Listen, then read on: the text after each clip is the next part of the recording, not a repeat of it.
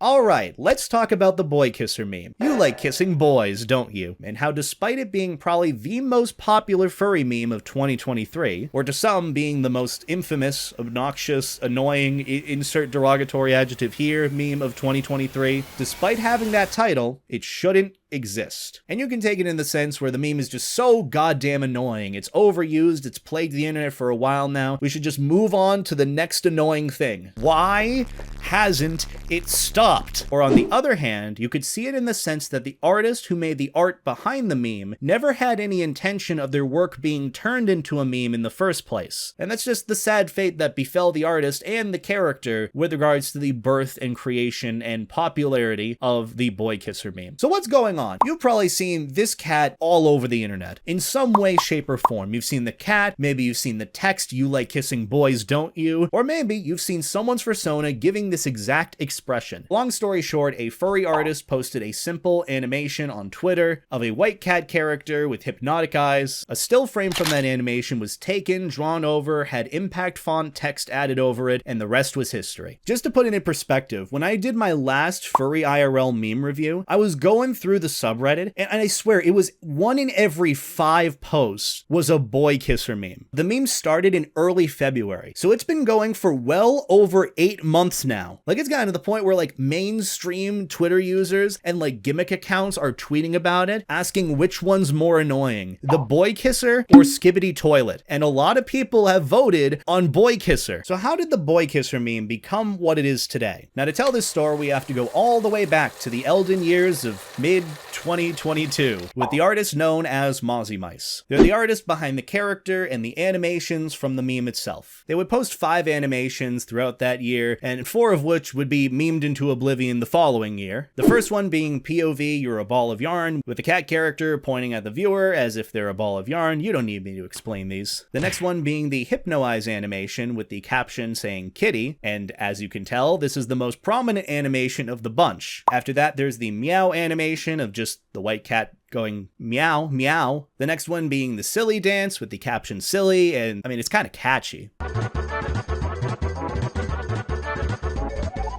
And the final one, which surprisingly wasn't memed as much, is the Shy animation. It got to the point where people started reposting these animations all throughout Twitter and Reddit, and then it got to the point where people loved it so much that they started captioning the animations, adding their own text over it. You can see where this is going. The first, I guess, official meme from these sets of animations was when someone took the Meow animation and added text over it to say, "This is how you look saying that shit." The second big one was when someone took the Hypno Eyes animation and added text over that to say, "Ooh, you like girls, you're a girl kisser." We're getting there, we're getting closer to where it actually is. Now, a lot of these captions were being added in manually or through caption bots on Discord, so it's really hard to pinpoint who actually made these memes. I'd argue that when a meme post or short animation gets to the point where it is here, that the internet eventually claims it, and that is exactly what happened in early February of that next year. The most infamous meme version of these animations was when someone took a still frame from the Hypno Eyes animation, colored over it, blackened out the eyes, and changed the facial expression to look a bit more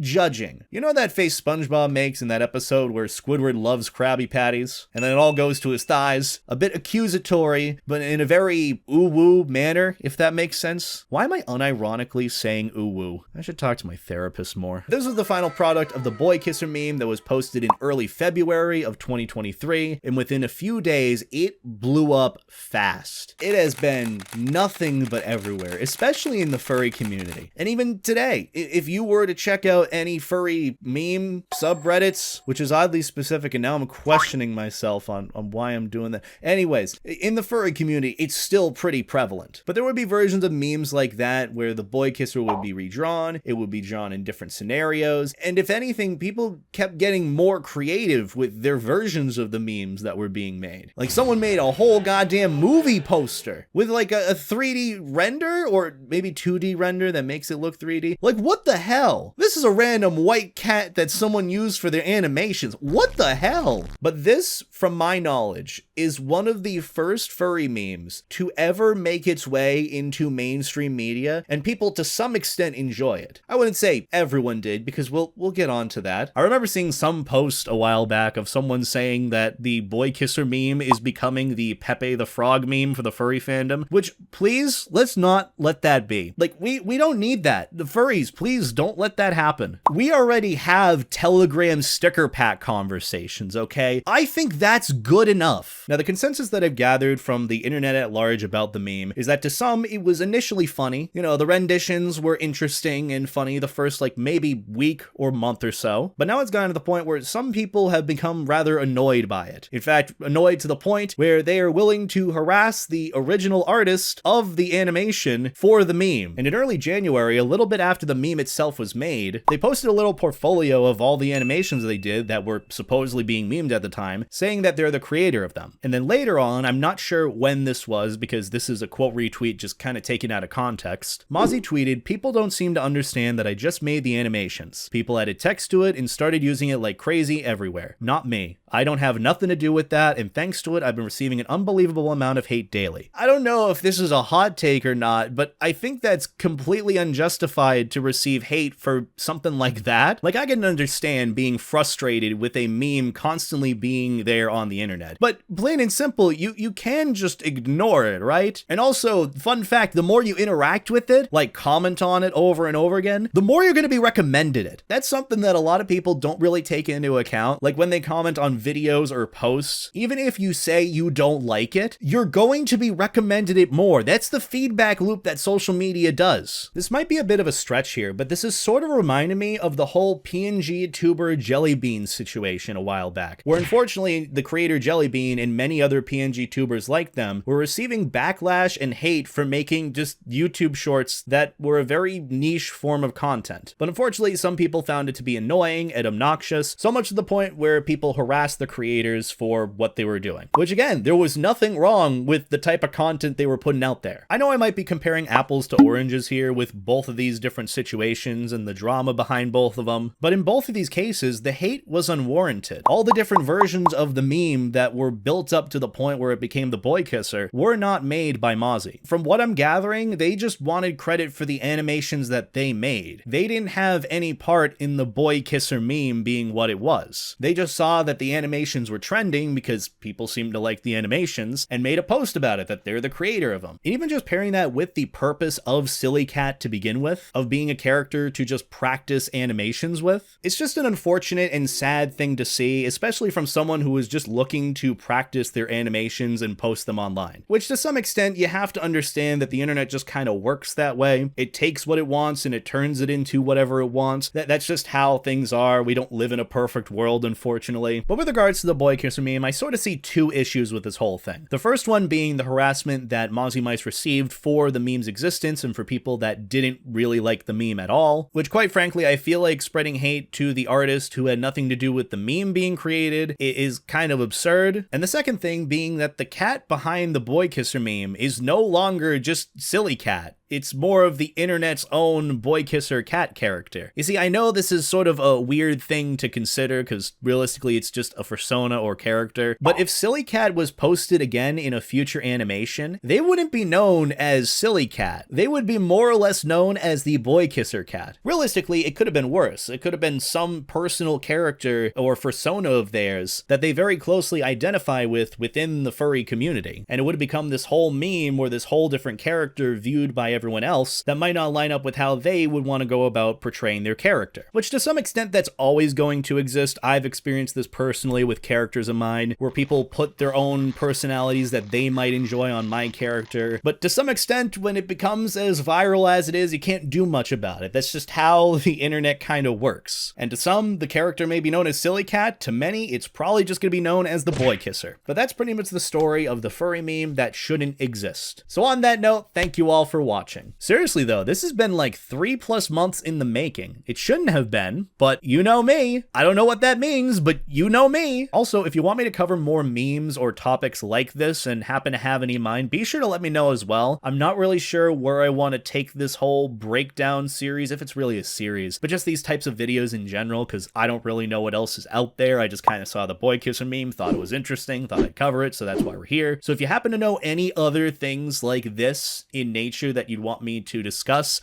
just let me know in general. I'd greatly appreciate that. But that's about going to do it for me. Have a wonderful night, and as always, stay life jacket, guys. Take care.